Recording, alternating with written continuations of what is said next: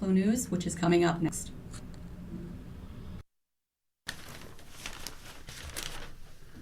The following program is intended for listeners who are blind, have low vision, or another print disability that makes reading, holding a book, or turning a page difficult or impossible.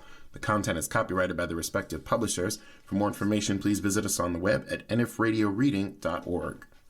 Your Niagara Frontier Radio Reading Service now presents a reading of articles and features from the Buffalo News for Sunday, August 23rd. Your readers are Florine Melnick and Edwin Vieira.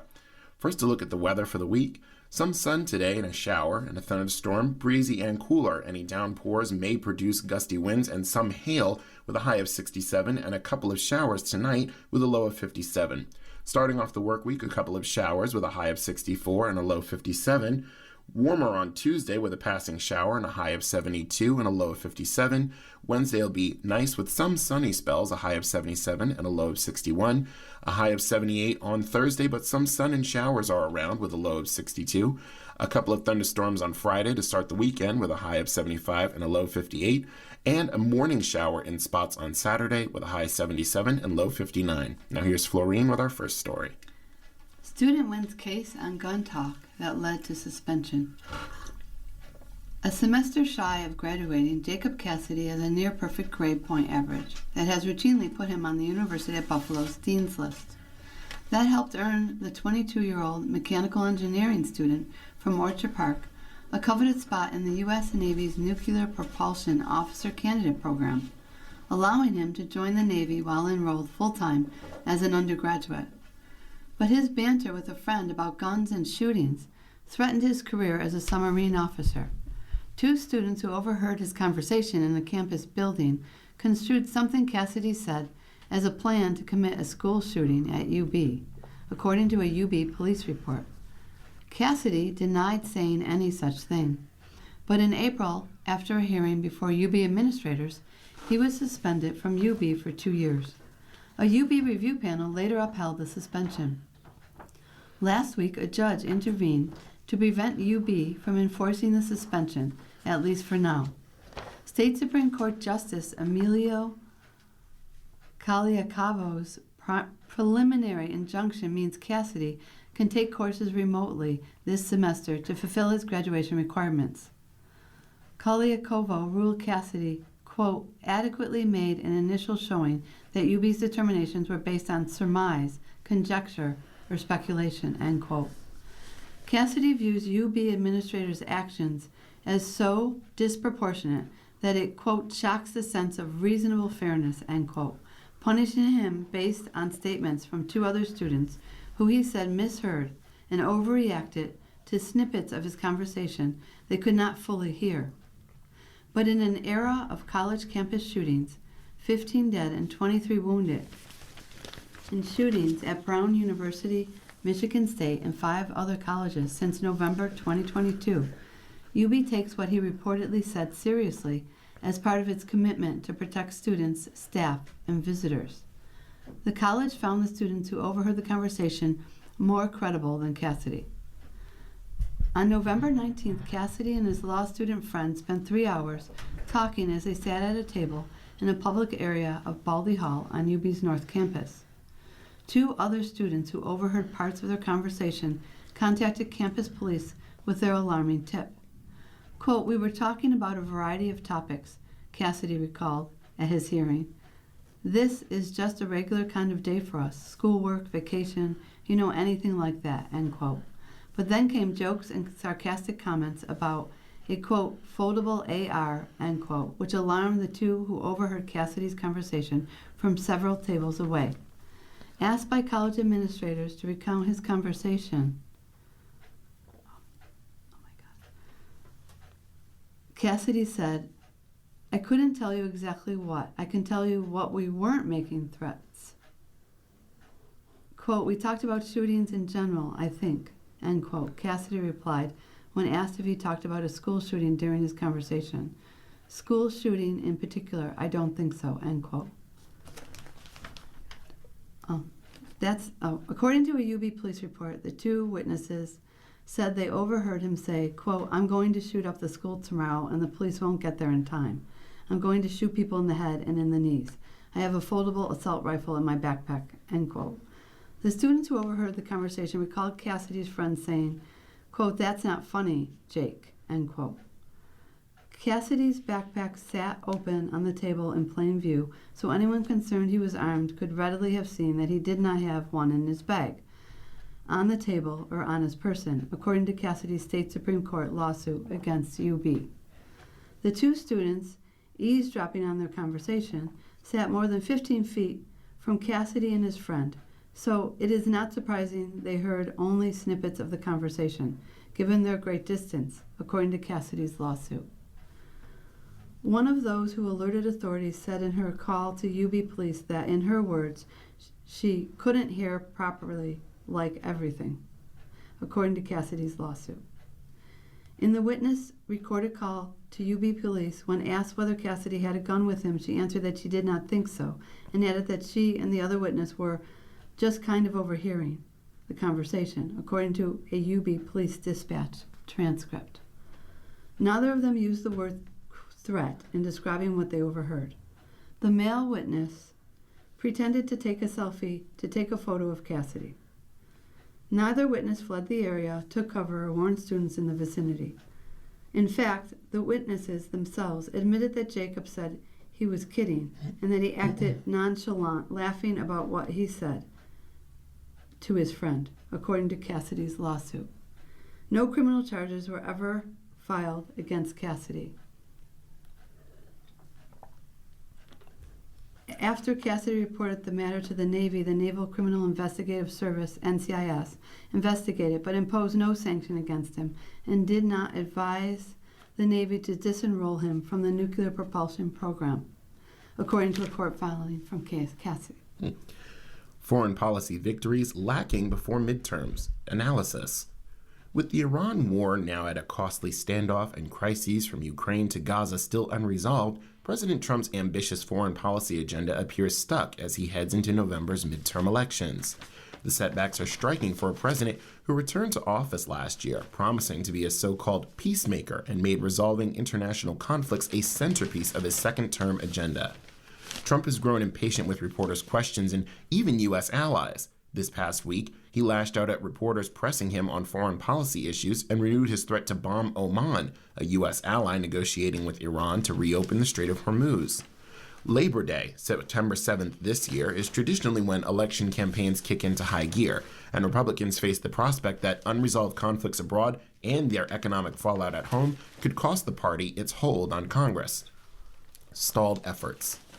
Trump has called off talks with Tehran after pushing for weeks for a diplomatic solution and announced on Wednesday a new campaign of economic warfare against the Islamic Republic in an apparent acknowledgement that months of military attacks have not forced the concessions the U.S. wants to see. As inflation persists and the Iran war drives up gasoline prices, Trump's approval rating has fallen to another low point, with just 33% of Americans in the latest Reuters Ipsos poll approving of his performance. Other efforts to broker peace have also stalled. On Monday, Trump's negotiator and son-in-law Jared Kushner left empty-handed from talks to advance a Gaza peace deal, and an unexpected visit to Kiev by Kushner and Trump envoy Steve Witkoff to revive long-stalled negotiations to end Russia's war in Ukraine has yet to happen. After a string of early foreign policy achievements, including a Gaza ceasefire and the capture of Venezuela's leader, Trump's record has become increasingly defined by his stalled diplomatic efforts. Trump has successfully challenged and disrupted the comfortable foreign policy consensus in Washington, but hasn't translated that disruption into a strategy with deliverables for Americans, said Azli Antabas, a fellow at the Brookings Institution think tank in Washington. Tested at home. The conflict with Iran has weighed intensely on the president, and there is no consensus inside the White House on how to resolve it, one Trump ally said, on condition of anonymity. The pressure could increase if investors conclude the war will drag on, driving up U.S. borrowing costs and further constraining Trump's domestic agenda. Trump has said the economic costs are worth it in order to ensure Iran does not obtain a nuclear weapon, despite Iran's denials of seeking one. President Trump has successfully made America respected again, and the results speak for themselves. 9 wars have ended, hostages have been freed from Gaza, trade deals are fairer, and now Iran will be prevented from ever possessing a nuclear weapon, said White House spokeswoman Anna Kelly. A senior Trump administration official said U.S. sanctions and a naval blockade have crippled Iran's economy and left it, quote, completely broke, adding, there are many levers the president can crank harder in the weeks ahead. Unorthodox style. Some experts give Trump credit for a willingness to grapple with issues they believe other presidents have been unable or unwilling to solve. The president wants a more stable world, and that means attempting to resolve disputes, whether hot like Ukraine or cold like trade and overcapacity, said Nick Snyder, a senior fellow at Hudson Institute, adding Trump also worked to settle conflicts between Rwanda and the Democratic Republic of Congo and Thailand and Cambodia. Trump has upended traditional diplomatic norms of peacemaking, relying on leveraging America's economic and military might, including with U.S. allies, but that unorthodox style has yielded mixed results. He brought parties to the table with the aim of ending Russia's invasion of Ukraine, but the longest war in Europe since World War II is nowhere near ending, with the latest Russian airstrikes killing 16 people in the Ukrainian capital on Thursday. In Gaza, mediators fear intensifying Israeli strikes on the enclave undermine efforts to end the conflict, as both Israel and Hamas balk at conditions needed to advance a peace plan Trump forged last October. In Lebanon, Israeli airstrikes killed 11 people on August 16th, even as a U.S.-mediated peace framework between the two countries remains in effect. One notable success came in Venezuela, where the U.S. military captured President Nicolas Maduro without U.S. casualties in January. Analysts say the operation helped convince Trump joining Israel in attacking Iran would also proceed smoothly. But they also say that proved a miscalculation. They agree Trump has relied too heavily on applying coercive pressure, even though Iran's leaders have little incentive to back down and reopen the Strait of Hormuz, despite the country's weakening economy. He's obsessed with applying coercion and sometimes flattery to bend others to his will, but oblivious to their strategic goals and domestic politics. As a result, he keeps flailing and flailing, said Stephen Wertheim, a senior fellow at Carnegie Endowment for International Peace. Meanwhile, the political clock is ticking, with Trump's Republican Party facing elections that could cost it control of one or both chambers of Congress and sharply curtail his ability to advance his agenda during his last 2 years in office. Analysts say Trump's reliance on coercive pressure can bring adversaries to the table, but often fails to produce lasting settlements, a dynamic that may encourage rivals to wait him out. U.S. adversaries understand his political clock is shorter than theirs, and that while the U.S. can apply enormous coercive pressure, it may eventually lose patience, Aydin Tabas said. Putin, Xi, and Iran may therefore want to wait out Washington. After November, the incentive to wait out Trump will become even more pronounced. Our next feature from the front page is BMHA tenants in limbo as redevelopment stalls. Lawsuit has delayed Schaefer Village project for years. The promise of more green space and modern apartments with central air conditioning is little consolation this summer for residents of Schaefer Village trying to get rid of mold in their bathrooms and roaches in their kitchens. The first phase of a $200 million effort to remake the 73-year-old affordable housing community in Riverside was supposed to start in early 2025.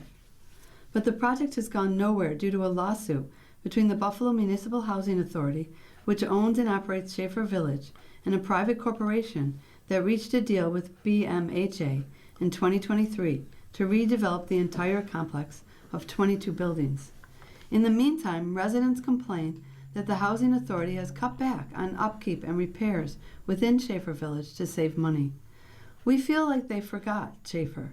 They act like nobody lives here no more, said Sharitza Collin, who shares an apartment in the complex with her husband and 4 children.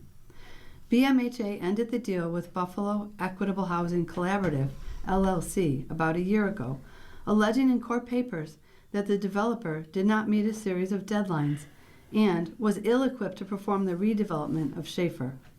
Buffalo Equitable Housing Collaborative responded with a lawsuit last December accusing the Housing Authority, which was a co-developer, of arbitrarily cutting the company from the project after 2 years to capitalize on BEHC's work and claim development fees that could amount to as much as $190 million.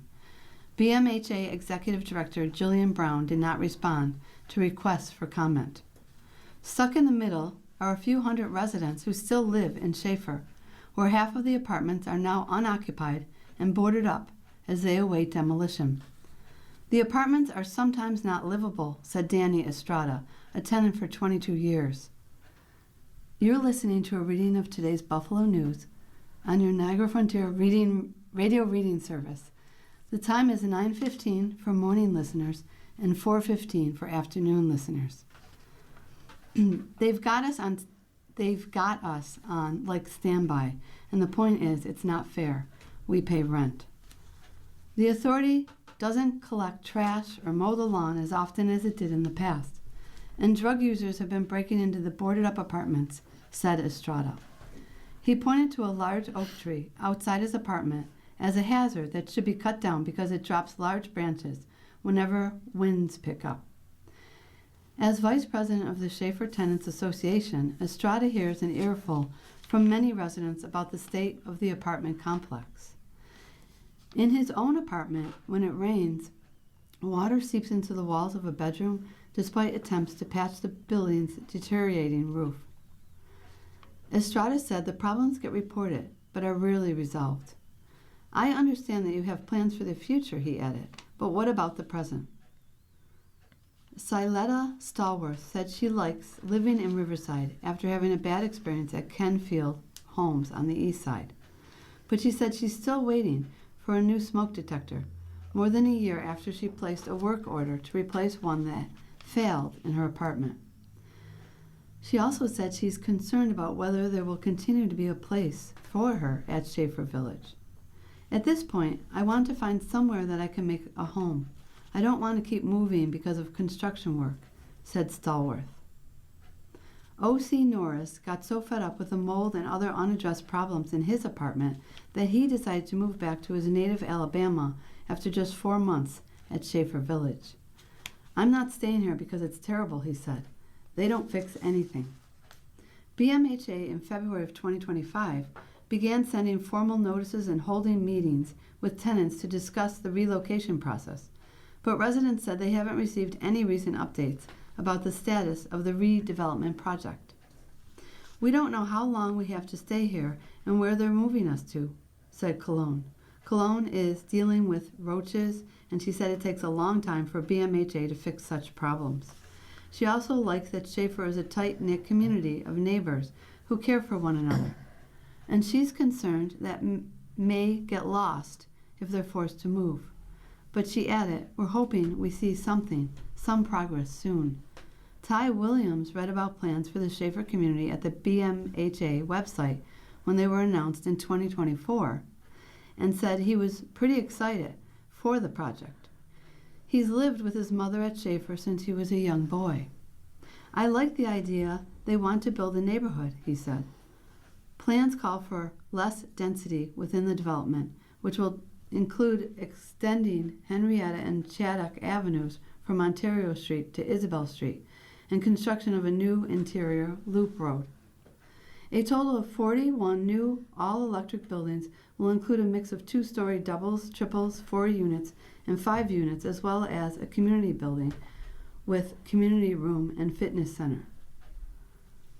At a cost of $40 million, Phase 1 was supposed to start in 2025 with demolition of 108 apartments inside buildings on Ontario Street, along with construction of 83 new apartments on an empty 4-acre parcel on Isabel Street. Occupancy of those new apartments was supposed to happen next year, but it's not clear when those will be finished or even started at this point. Williams said a more open concept design for the new apartments would be a vast improvement over the current ones, which have small rooms and poor airflow. It's always hot, very hot, said Williams. We haven't got any letters or anything like that, he said. Getting her in a better living environment faster would be optimal, obviously. When BMHA officials announced 2 years ago they had received approvals for the project, its total cost was estimated at $150 to $200 million, with completion in 2029. The date seems unlikely now. Ryan L. Kellman, an attorney for BMHA, said in recent court papers, said that the redevelopment was in limbo due to breaches of contract by Buffalo Equitable Housing Collaborative. And now on to world news. Iran condemns U.S. plan calling for new sanctions. Iran on Saturday denounced U.S. plans to announce new sanctions that could put further strain on the Islamic Republic's economy and have an impact on its most important trading partners, including China. After nearly 6 months of war since the U.S. and Israel launched airstrikes against Iran on February 28th, the sides are not firing at each other, but also showing no signs of pursuing peace talks. Oil shipments are at a virtual standstill in the Strait of Hormuz, with Tehran threatening to strike any unauthorized oil tankers that try to transit the vital waterway, and Iran's economy is already under immense pressure from sanctions. Treasury Secretary Scott Bessent is scheduled to hold a press conference on Monday afternoon after threatening the toughest sanctions in history on Iran.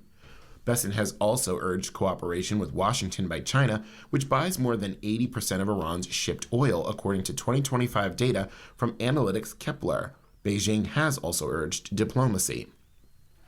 Iran's foreign ministry spokesperson Esmail Baghai said Saturday that imminent U.S. announcement of new economic sanctions was a, quote, assertion of extraterritorial sovereignty over every independent member state of the United Nations. Such secondary sanctions find no foundation in international law, he said on X, formerly Twitter.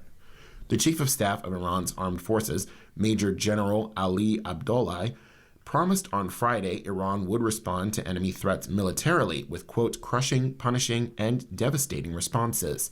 President Trump, who's warned of economic consequences against any country providing, quote, any type of lifeline to Iran, said on Friday that Washington was observing what happens in the conflict. They would love to make a deal, but they're not ready to make the right deal, in my opinion, Trump said of Iran. Hormuz traffic. While the U.S. has effectively blocked Iranian vessels in their ports, the Strait of Hormuz remained bottled up with thousands of seafarers stranded on hundreds of vessels. Only 4 commodity ships sailed along the strait on Thursday. None of them large crude carriers or liquefied natural gas tankers, ship tracking data showed. However, Iran has granted permission from a number of Iraqi oil tankers to pass through the strait following repeated requests from Baghdad, Iran's state news agency IRNA reported on Saturday. IRNA said obtaining special permission for Iraqi tankers was one of Baghdad's main requests during a visit to Iraq by Parliament Speaker Mohammad Bakir Kalbaf.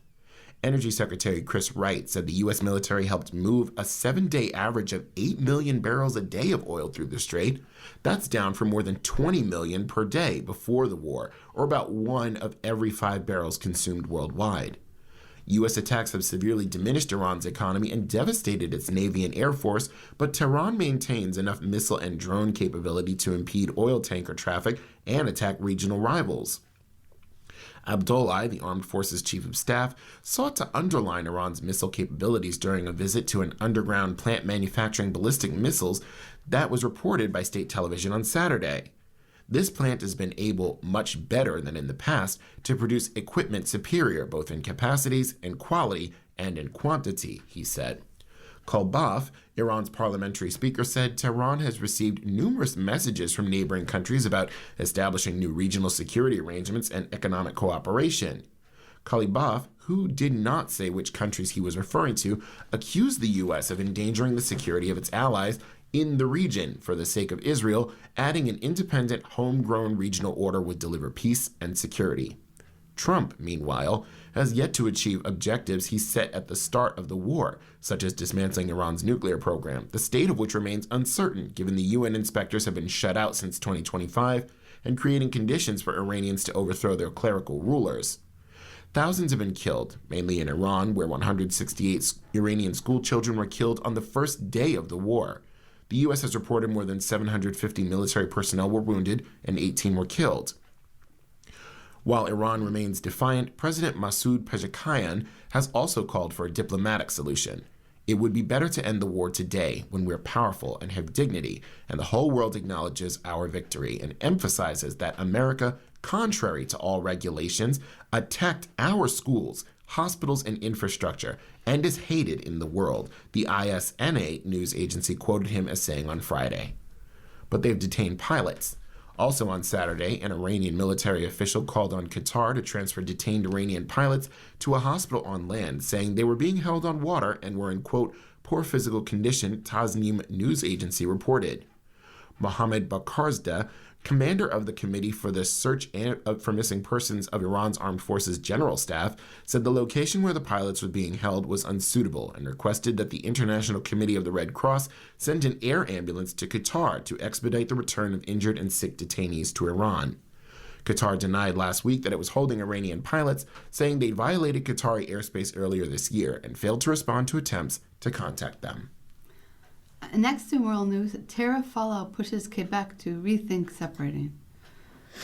When President Trump levied 50% tariffs on Canadian steel in June last year, a steel factory in Canada's mostly French-speaking province of Quebec lost about a third of its orders for bolts and fasteners in less than a week.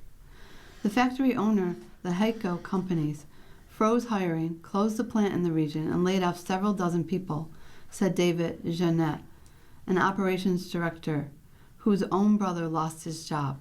The cuts were part of 140 layoffs by the company, mainly in Quebec. The factory's troubles reflect broader anxiety over the fallout from Trump's trade war in Quebec, which is due to hold a provincial election by October 5th. But while some previous economic slowdowns in the province prompted an increase in separatist sentiment, polls show that this time around, support for an independent Quebec is at its lowest level in decades, at about 30%. As long as Trump will be in his chair, I don't feel that we even need to talk about that, Jeanette said. Others in the region are echoing Jeanette's concerns, saying the threat Trump poses to Canada means the best way to preserve Quebec's unique French culture is to stay within Canada, at least for now. Trump's threats to make Canada the 51st state and the whiplash from his tariff policy have spurred an outpouring of Canadian patriotism in Quebec, a province that regularly threatens to break away and has had 2 previous referendums on the issue. As the country's only majority French-speaking province, Quebec has a long-established separatist movement that argues independence from Canada is the best way to protect its distinct culture and language.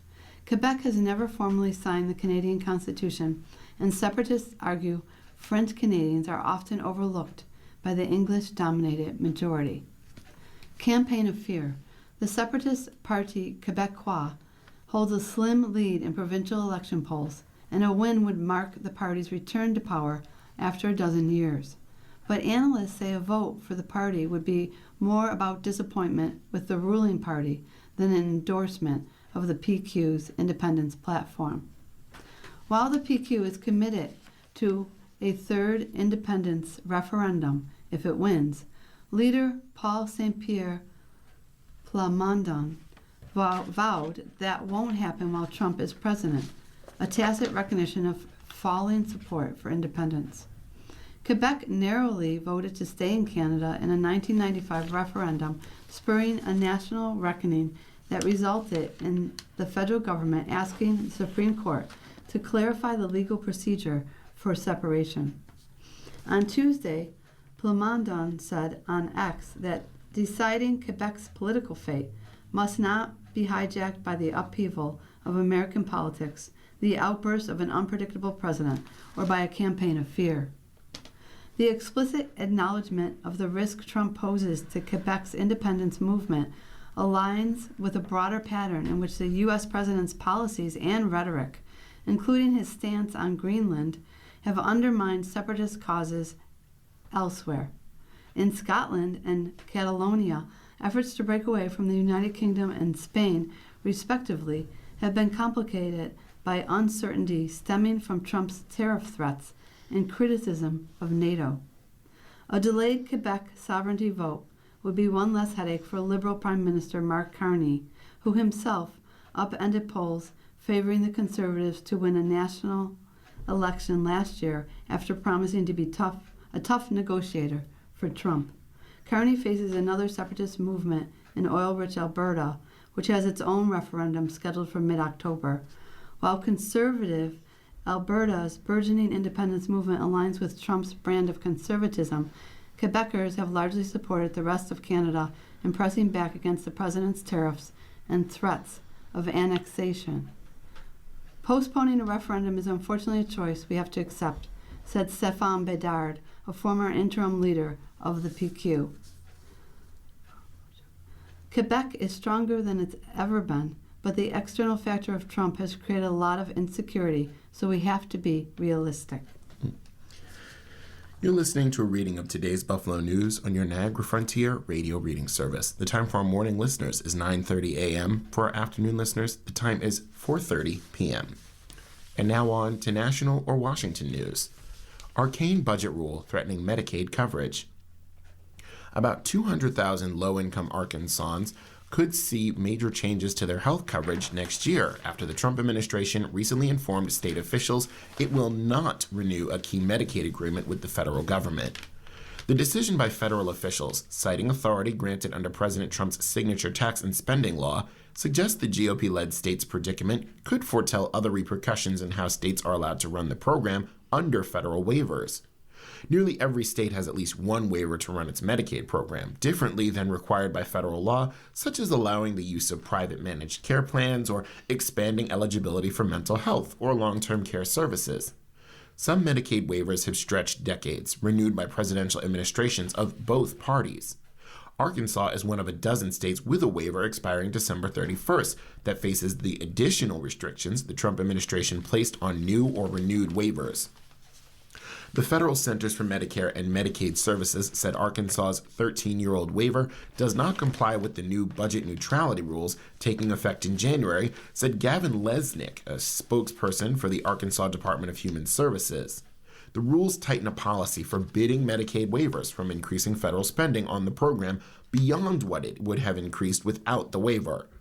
The state is seeking a 2-year extension after hearing from CMS that its request for a 5-year renewal would not be granted. If its Medicaid expansion waiver is not renewed, Arkansas officials have said they will continue offering expanded eligibility through existing Medicaid law, a change that could leave enrollees with access to fewer doctors and other health providers. Critics characterized the new waiver rules as part of a Trump administration effort to dramatically shrink Medicaid, the government program for those who are low-income or disabled, which grew rapidly under Presidents Barack Obama and Joe Biden. What we have here is a sneaky way to cut Medicaid expansion and the Medicaid program, said Nicole Huberfeld, a professor of health law at Boston University. At issue are waivers granted by the government that allow states flexibility from existing Medicaid law in how they cover low-income residents, as long as the changes will not increase what Medicaid costs the federal government. Pivoting from the long-standing practice of checking only retroactively whether states were keeping their budget promises, the Trump administration said in June it would not renew or approve any waivers unless CMS first verified they would not increase costs to the federal government. In its new guidance, the agency said the new waiver rules are expected to reduce federal spending. Characterizing enforcement of a statutory budget neutrality requirement as a cut misrepresents both the law and this guidance, CMS spokesperson Timothy Foster said in an email to KFF Health News. Other states with waivers expiring at the end of December include Georgia, which has added about 18,000 low-income people to Medicaid under its waiver, and California, which has used its waiver to expand coverage of social services, including food and housing. Arkansas's initial waiver was granted in 2013 when its Democratic governor worked with a Republican-controlled legislature to adopt a pioneering style of Medicaid expansion under the Affordable Care Act. It was one of the first southern states to expand Medicaid, granting coverage to many low-income residents. 40 states and Washington, D.C. have also fully expanded Medicaid to cover more low-income adults under the law also known as Obamacare. The state's Medicaid expansion enrollees were already facing a confusing time. Beginning in January, they'll need to prove they work or meet an exemption to be eligible for coverage under Trump's One Big Beautiful Bill Act, and one of the state's programs, 2 private health insurers announced in July it was pulling out at the end of the year. Sam Dupke, a spokesperson for Republican Arkansas Governor Sarah Huckabee Sanders, told KFF Health News that Sanders' administration is trying to negotiate a temporary extension of its waiver, quote, to ensure impacted Arkansans maintain access to quality, affordable health care during this transition period. The Trump administration's new restrictions on waivers, implemented under the same law that imposes work requirements as a condition of eligibility and reduces Medicaid spending by about $900 billion over a decade, could affect millions of enrollees and billions in spending. About a third of the almost $600 billion in federal spending on Medicaid and the Children's Health Insurance Program, or CHIP, in 2024 supported programs created by waivers, according to CMS. Arkansas is one of several states that expanded Medicaid under the ACA, using a waiver with others, including Indiana, Michigan, New Hampshire, and Iowa. Our next national feature, Massachusetts primary provides a test for Democrats. Peabody, Massachusetts. The 2026 midterm primary cycle has been a year of tests, ideological and generational, for Democrats across the nation. A race for a House seat north of Boston poses another question. Are voters looking for a candidate with powerful connections and a raft of experience? Or are they seeking a Washington outsider who promises to take on the party establishment? At a recent forum here for the Democrats vying for Massachusetts' 6th district, anti-incumbent fervor was on full display. "We keep electing D.C. insiders, playing by the old book," said Representative Trom Nguyen. "People are fed up with the status quo," asserted another candidate, FinTech executive John Bessia. "The Democratic Party is broken, figuratively and financially," offered a third, former state rep, Jamie Belcito. But there is a twist to this contest. Unlike other recent primaries in blue districts, where entrenched Democrats have lost to Washington outsiders, there is no incumbent on the September 1st ballot. The seat is open because sixth-term Representative Seth Moulton opted for a Senate run. Enter Dan Coe, whom most of the field is treating as the de facto incumbent, even though the only elective office he's held was a single term on the Andover Select Board. He also ran for the nearby 3rd District in 2018, narrowly losing the Democratic nomination to Lori Trahan. But Coe has deep ties to the Democratic Party establishment, having served as a senior advisor to former President Joe Biden and as an aide to former Labor Secretary and Boston Mayor Marty Walsh. On the campaign trail, he says his experience in Washington makes him a battle-tested advocate who will aggressively push back against the Trump administration. "People want fighters against this president who are going to hold him accountable," he said in an interview before the Peabody Forum. "I've been out there using the experience I had in the Biden White House, working in the cabinet." Massachusetts' 6th District hugs the Atlantic coast in the state's northeastern corner and includes old money towns, busy suburbs, and working-class enclaves. 4 days before the Peabody Forum, the Boston Globe declared that the historic North Shore city, once a hub of leather manufacturing, was home to the nation's hottest housing market. 6 Democrats are competing for the nomination to succeed Moulton in what is the Bay State's only open seat. Coe, Bessia, and Nguyen have been the leading fundraisers. Other hopefuls include software engineer Bethany Anders Beck and former State Department and congressional aide Mariah Lancaster. Kamala Harris carried the seat by 21 points in 2024, according to calculation by Inside Elections with Nathan L. Gonzalez. So whoever wins the primary is likely to prevail in November over Republican Army veteran Micah Jones.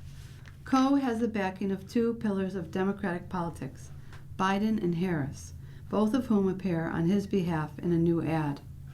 But Biden's protracted departure from the 2024 presidential race following his flailing debate performance, and Harris's subsequent loss to Donald Trump has frustrated many grassroots Democrats. The starring role that the 2 one-time standard bearers are playing in Coe's campaign risks serving as an uncomfortable reminder of a painful episode for the party. Coe said Biden's endorsement, one of just a few that the former president has made this cycle, still carries weight with Democratic primary voters. "Plenty of people have their differences with the president," he said, "but they remember what it was like when there was a president that they actually could look up to and admire, one that honored the presidency. Others aren't so sure. I would not personally put Biden's endorsement on my webpage," says Anders Beck. Coe's supporters, though, say his Washington connections are assets that would help him deliver for the district. You're listening to a reading of today's Buffalo News on your Niagara Frontier radio reading service. The time for our morning listeners is 9:40 a.m. For our afternoon listeners, the time is 4:40 p.m. And now on to business news. Moog invests for the future. Manufacturing. As Moog unveiled its $150 million manufacturing facility on its Elma campus, a display across the parking lot was drawing a crowd. Visitors were climbing aboard a full-scale mock-up of the prototype for the MV-75 Cheyenne II. The tilt-rotor aircraft is designed to eventually replace the Army's Black Hawk. Moog is making components for the MV-75 as part of Bell Textron's team. The aircraft is expected to generate lots of work for Moog, perhaps for decades. As the aircraft moves from the development stage to the production stage, the motion control equipment manufacturer plans to expand its brand new production facility to accommodate the additional output. It's a sign of how Moog continues to prepare for the future, even as it cuts the ribbon on new developments. Robert T. Brady, Moog's CEO from 1988 to 2011, knows that approach well. A lot of what's important today at Moog had its start a long time ago, Brady said. These days, the F-35 is a really big program for this company. We started work on the development program in 1992, 34 years ago. That brought back another memory for Brady. I remember at that time, one of our directors asked, "Are you sure that we're really thinking about the future?" he said. I thought to myself, if you had any idea how much money we're investing in a development program that's not going to pay off for 30 years, you wouldn't be happy. Thinking long term. While full-scale production of the MV-75 is still a few years away, there's plenty for Moog to work on in the present. The new Advanced Integrated Manufacturing Facility enables Moog to upgrade its machining operations for the military aircraft programs it supports. Those operations are being relocated from elsewhere on the campus. This building allows us to increase our capacity on existing products because there are much greater flow through the manufacturing environment, said Pat Roche, Moog's president and CEO. So that's one of the major advantages. The new manufacturing building has 50% more space that Moog used to have for the same operations elsewhere. Work inside the building will focus on supporting military aircraft, including the F-35, F-15, V-22, and the Black Hawk. Production is expected to reach full capacity in October 2027. The V-22, like the MV-75 Cheyenne II helicopter, is a tilt-rotor aircraft. This is a once-in-a-generation reimagining of machining operations at Moog, Roche said. These are well-paid full-time jobs that allow people to develop an entire career with the organization. The new building features an automated production flow, allowing parts to move efficiently between the employees who work on them. The part that we made a year ago over in Plant 1 on the campus has to be re-engineered to be manufactured in this plant using the new techniques, Roche said. So, it's opportunities to reimagine what manufacturing looks like, but it's what's required for the future of our business. Moog is also upscaling machinists who, in the past, might have worked on a single machine, said Amanda D'Angelo, a Moog Human Resources business partner. We're going to be looking for them to really start to learn multiple different technologies, perform inspections, support automation, help with complex problem solving, and really kind of grow their career, D'Angelo said. Moog has opened its own training center near its Elma campus. The center not only gets new hires up to speed, but provides additional training for current employees. Also in business, new UB president getting a feel for her new workplace. The University at Buffalo's new president, Caroline Attardo Genco, is getting to know her new workplace better. Genco, who started this month, said she is embarking on a 16-week listening tour. I want to learn more deeply about our student experience, what we're doing well, and where we have opportunities to give our students the most interesting and rewarding experiences, Genco said in a video posted by UB recapping her first week on the job. Genco said she will meet with students, faculty, and staff to discover where there are opportunities to innovate and collaborate in our educational programs and our research. Genco took over this month from Satish Tripathi, who stepped down after 15 years as president. She spent her first week meeting with people across UB's campuses. I've learned how eager our students, faculty, and staff are to build upon the momentum of this great university, and I've learned that there's so much more to discover, she said in the video. Duville to train workers for healthcare. Duville University plans to open a workforce development center on its Buffalo campus next spring to help address the shortage of healthcare workers. The center will expand access to short-term, stackable certificate programs.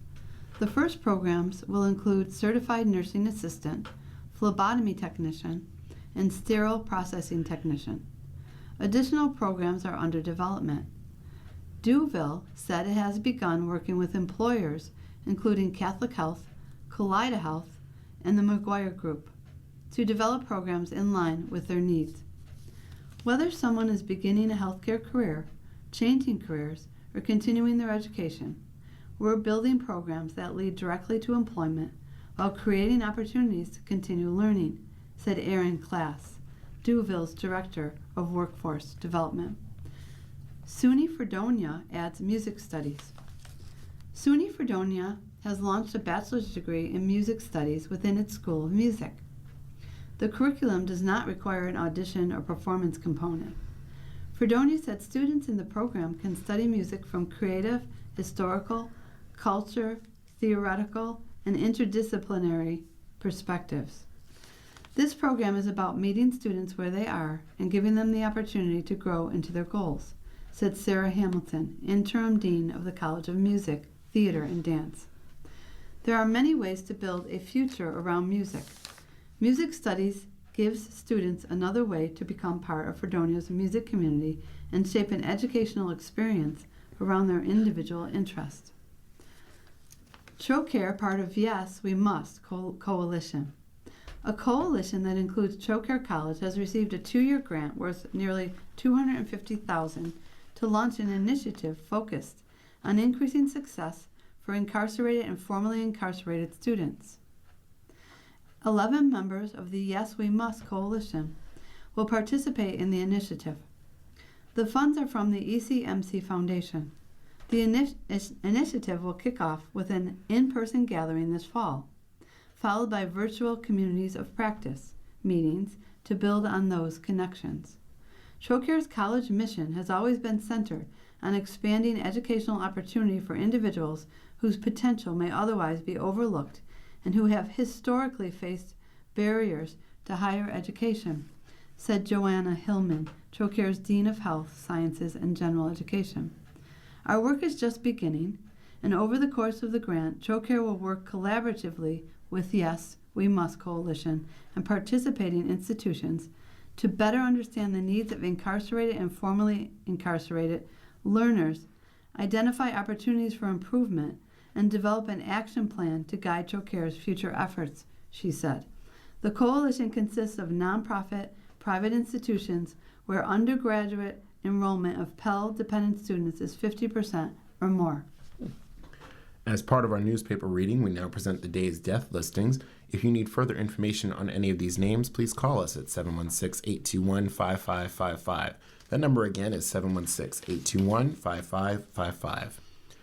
Raymond A. Ray Adamczyk, John Alessi, Rosemarie Grasso Ayers, Nee Williams, Martin E. Marty Bartnick, Robert J. Bielinski, Mark Blodgett, Sandra L. Brennan,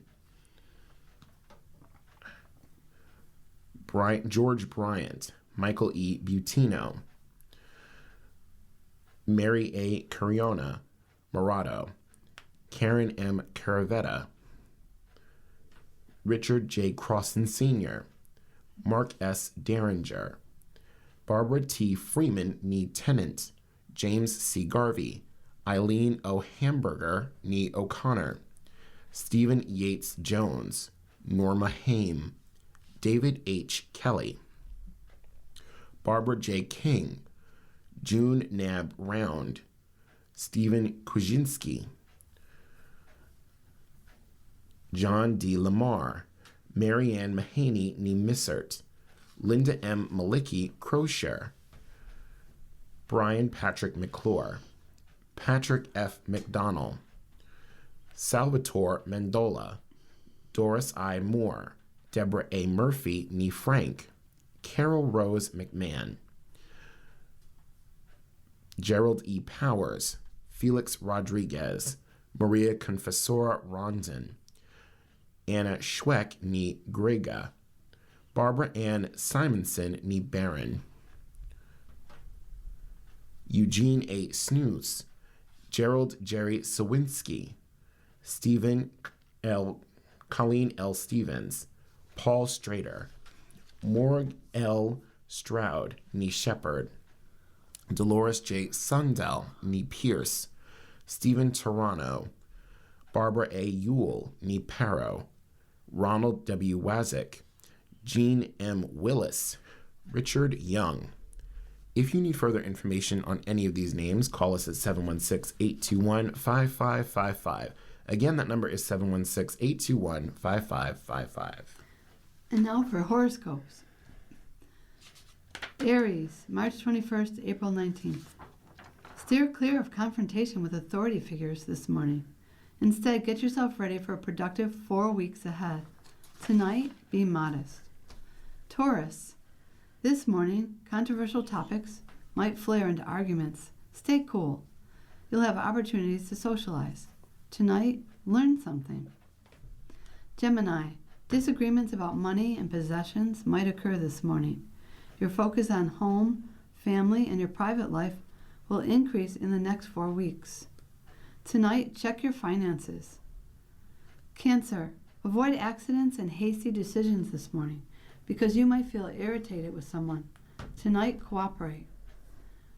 Leo, you might face some conflict this morning related to work, a pet, or your health. Be patient. Meanwhile, your focus will be drawn to earnings, cash flow, and your possessions. Tonight, work. Virgo, be patient with your kids this morning. Likewise, be patient with romantic partners. Later in the day, the sun enters your sign for the first time in a year. Tonight, play. Libra, you like to keep the peace, which is why confrontations can be stressful for you. Therefore, do what you can to promote good feelings at home this morning. Tonight, relax. Scorpio, steer clear of petty arguments with others today. Prickly feelings are everywhere this morning. Tonight, discussions. Sagittarius, avoid squabbles about money or possessions this morning because you don't want to ruin your day.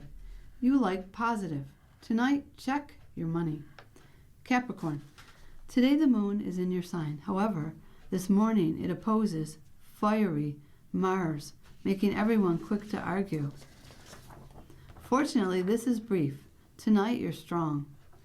Aquarius, this morning you might feel disgruntled, or perhaps you feel you cannot express your feelings. Someone younger might be chatty today. Tonight, privacy. Pisces, be patient with others this morning because conflict with kids and romantic partners might arise. Tonight, friendships. And happy birthday for Sunday, August 23rd. You're determined, focused, logical, and objective. You're also empathetic to those who are less fortunate. This is a year of exciting change and increased personal freedom. Let go of whatever holds you back, seeking out new opportunities, and be ready to act fast. The stars show the kind of day you'll have. 5 dynamic, 4 positive, 3 average, 2 so-so, 1 difficult. And now for Today in History for Sunday, August 23rd. In 1784, 4 counties ceded from western North Carolina, declaring themselves the state of Franklin. However, the Confederation Congress denied its request to be named the 14th state, and North Carolina later reasserted control. After 4.5 years, Franklin crumbled. In 1864, the Union Navy captured Fort Morgan, Alabama, one of the Confederacy's last ports on the Gulf of Mexico. In 1945, U.S. Army Staff Sergeant Mercurio Garcia received the Medal of Honor, becoming the first Mexican citizen to receive the U.S. military's highest honor. In 1966, NASA's uncrewed Lunar Orbiter 1 took the first photograph of the Earth as seen from the Moon. The Earthrise photo was grainy and black and white, but still powerful. In 1968, 43 black soldiers at Fort Hood, Texas, staged a peaceful sit-in to protest being deployed for riot control during the Democratic National Convention and potentially being ordered to shoot black Chicagoans. In 1989, Cincinnati Reds manager Pete Rose, Major League Baseball's all-time hits leader, agreed to a lifetime ban from baseball for betting on the game, including his own team. The ban officially lifted months after Rose's death in 2024, but has kept him from being considered for the Baseball Hall of Fame. And in 2000, the finale of the first season of Survivor aired on CBS.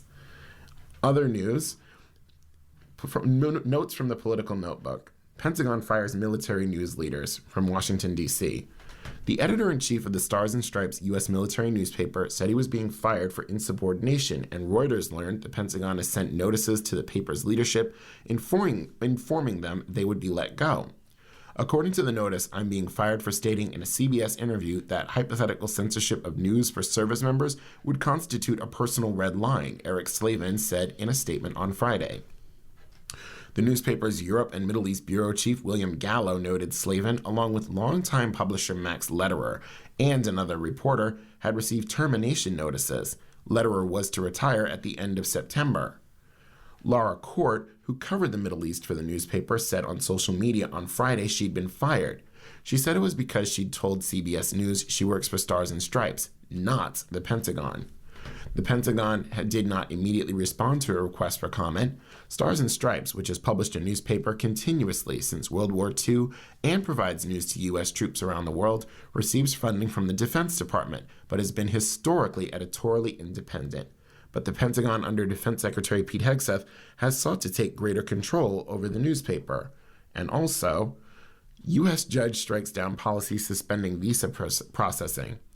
A U.S. judge on Friday struck down a Trump administration policy suspending the issuance of immigrant visas to applicants from 75 countries, saying the policy exceeded Secretary of State Marco Rubio's statutory authority.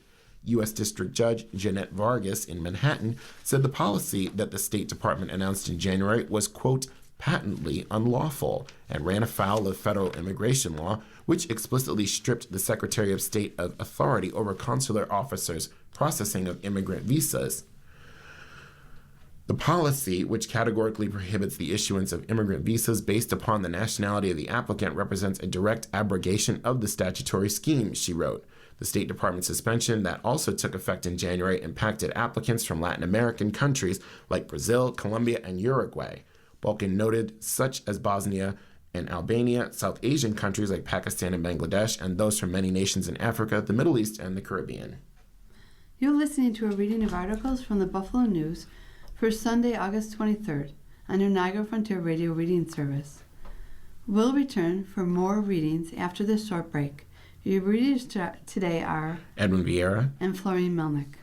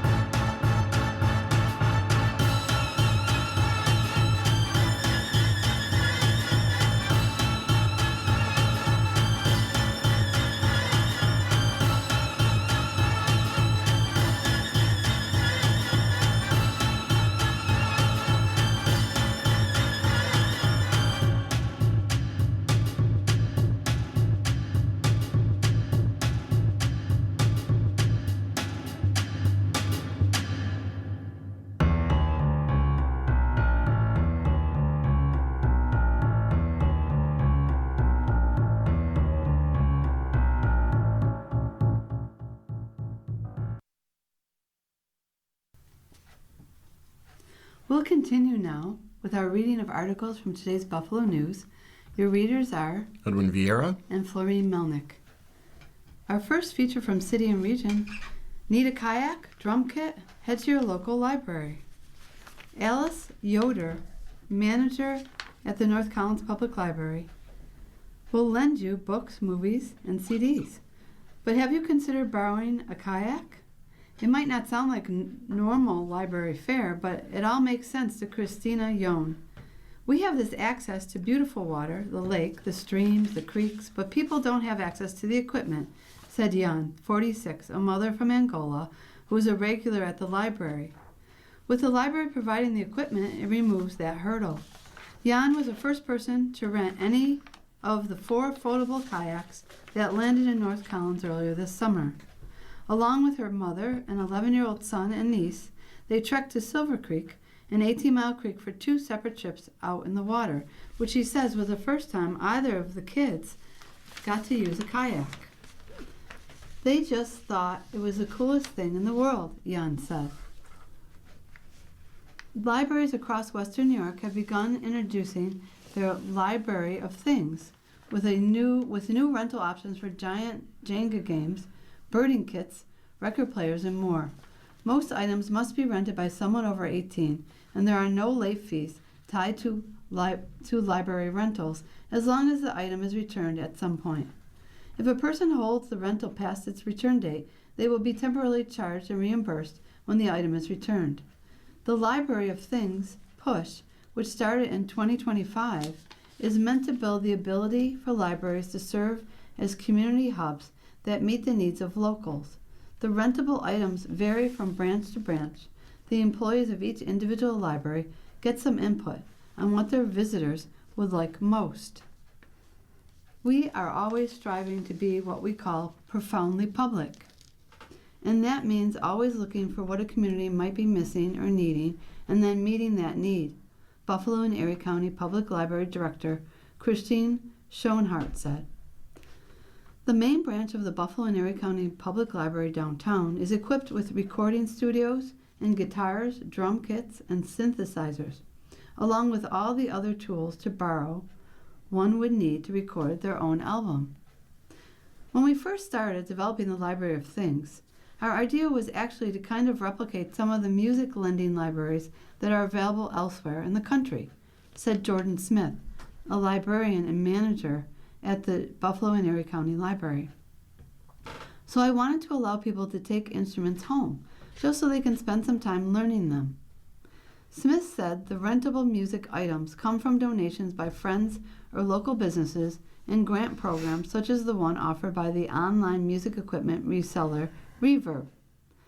The way we kind of think about it is books and libraries were originally thought of as extension of technology.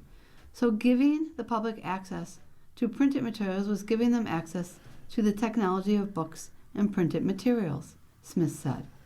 We're still kind of doing the same thing, but in a different format, where we're giving access to tools that allow people to explore their own interests, and that's essentially what books do.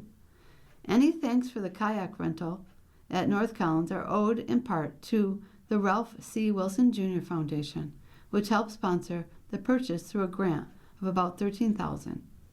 The grant money received by North Collins Public Library was just a portion of the $500,000 given by the foundation earlier this year to rural libraries across Western New York. Other libraries that receive grants use the funding to build new amenities such as study rooms or outdoor gardens, and kick off youth programs.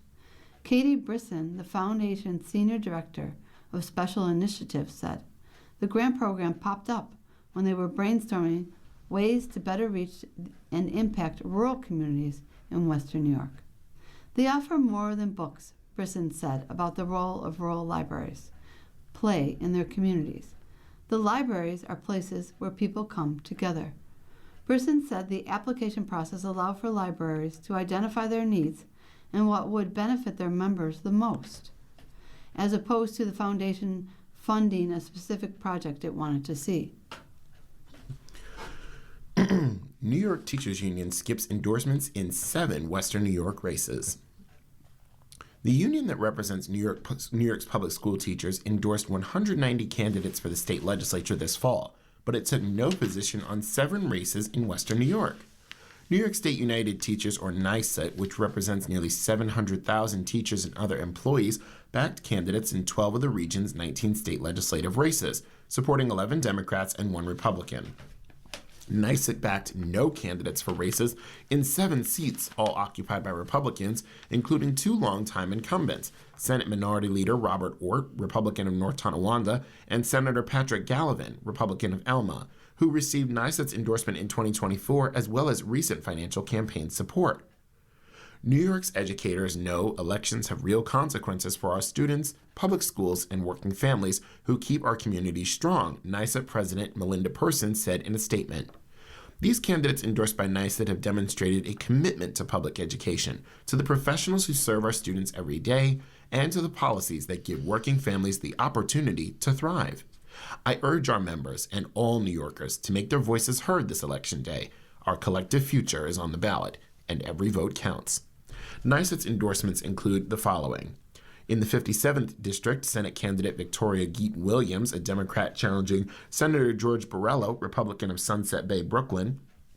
The 61st District Senate candidate, Assemblymember Jonathan Rivera, Democrat of Buffalo, who faces no opposition in the race to succeed Senator Jeremy Zellner, Democrat of Tonawanda, who won a special election in February to succeed now Buffalo Mayor Sean Ryan in the seat.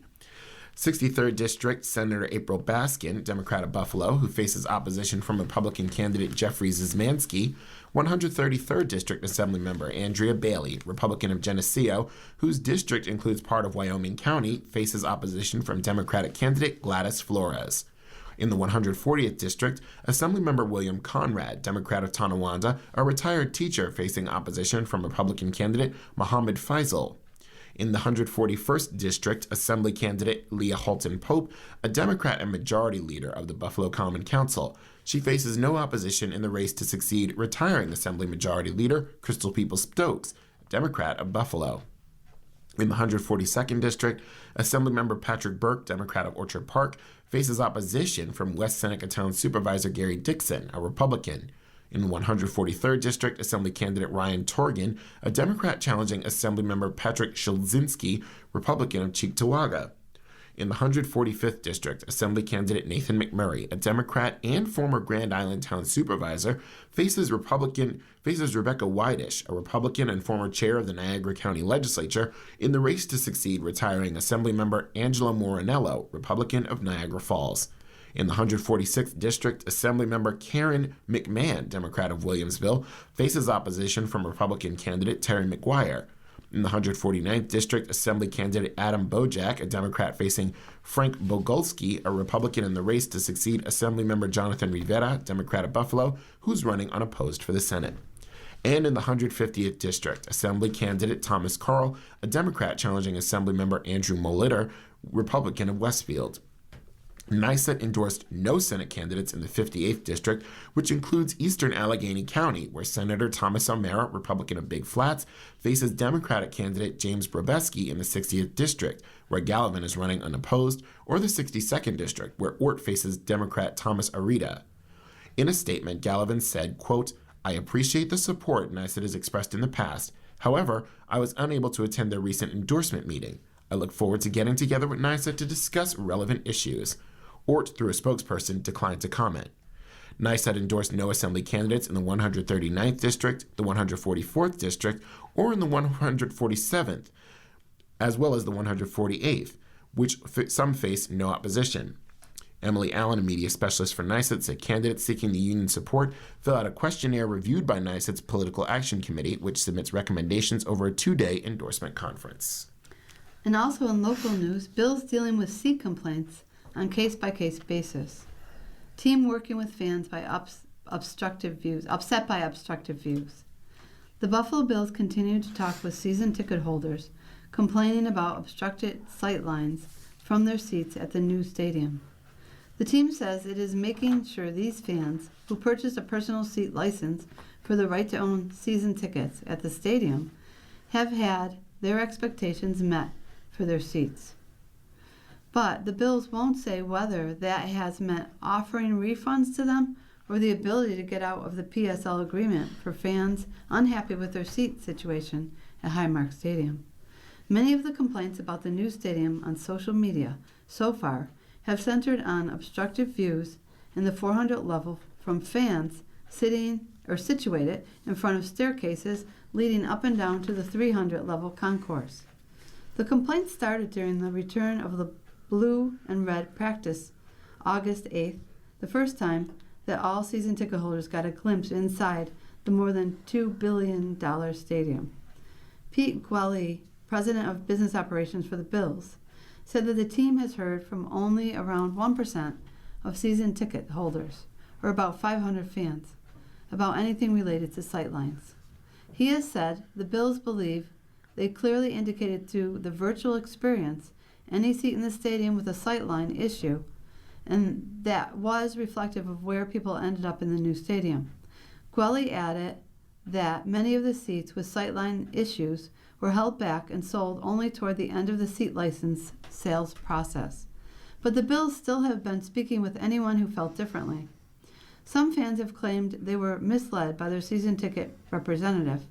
Others may have purchased their seats without visiting the new Stadium Experience Center, which was opened in Williamsville to help fans make the most educated decision about buying their seats and the required license fee that came with it. Gwelly said the team is dealing with the matter on a case-by-case basis. Discussions have been productive, and we ultimately want to meet everyone's expectations around the game experience, Gwelly said. Populus, the project's architect, or Populus, has said the obstructed sightlines for some fans sitting in the 400 level of the new stadium are not an oversight by the team or a design flaw. The obstructive view seats are a side effect of building a more vertical stadium with stacked tiers in the seating bowl that brings seats as close to the field as possible and significantly increase the size and depth of the concourses. Populus designed the stadium that way to create more movement in the larger concourses where the food and beverage can be on the opposite side of the concourse, away from the seating bowl, providing additional space and wind mitigation because of the solid areas on the perimeter of the building. With the steeper design, as well as efforts to create more space in the third level concourse for fans, the decision was made to build staircases in front of the seats up from the 300s to 400s. And those staircases require safety measures, including glass and handrails, to meet building codes. More than 20 professional stadiums in the NFL and MLB have these types of staircases, with more professional sports teams focused on bringing upper decks as close to the action as possible. Most of the season ticket holders with an obstructive view issue were seated in the 400 level on the aisle. The first several rows, safety glass partitions or panels around the staircases with silver railings, as well as wired railings along the edge of the 400s that seem to be in the way of some seated fans. PSL prices on the 400 level were the cheapest of the seat licenses sold in the stadium, ranging from $750 to $2,500. Seat licenses were sold for as much as $50,000 per seat in the new stadium, and the team collected more than $260 million in PSL sales. Gwelly said the team is working through that process now and indicated that if people don't like their seats or felt misled during the purchasing process, it could be possible to make other arrangements. He noted that nearly 20,000 fans were still on the waiting list when the stadium was officially declared a sellout and the sale of PSLs concluded at the end of last year. Many of the seats with sightline concerns were not for sale until after the formal sales process to current season ticket holders from the old stadium, and most were gobbled up quickly, Gwelly said.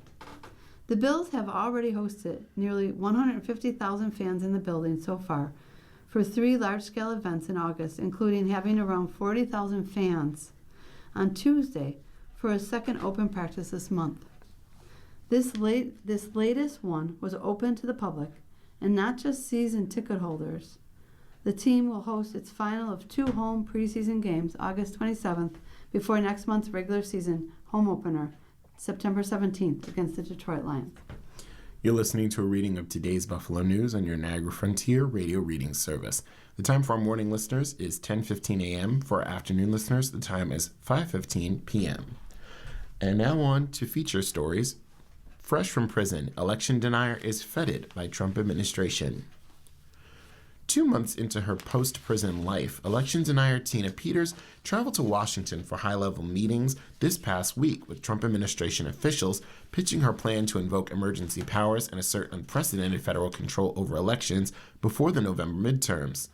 The trip to Washington, where Peters met with Commerce Secretary Howard Lutnick and the chief of the Justice Department's Civil Rights Division, was her latest stop in a national tour promoting her vision to overhaul U.S. elections.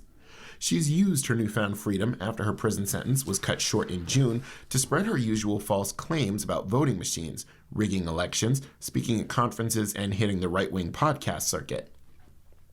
Those conspiracy theories were at the heart of Peters' criminal case in Colorado, where she was convicted on state charges in a scheme to breach election systems in Mesa County, where she was the clerk, in hopes of proving the results in the 2020 presidential election were fraudulent.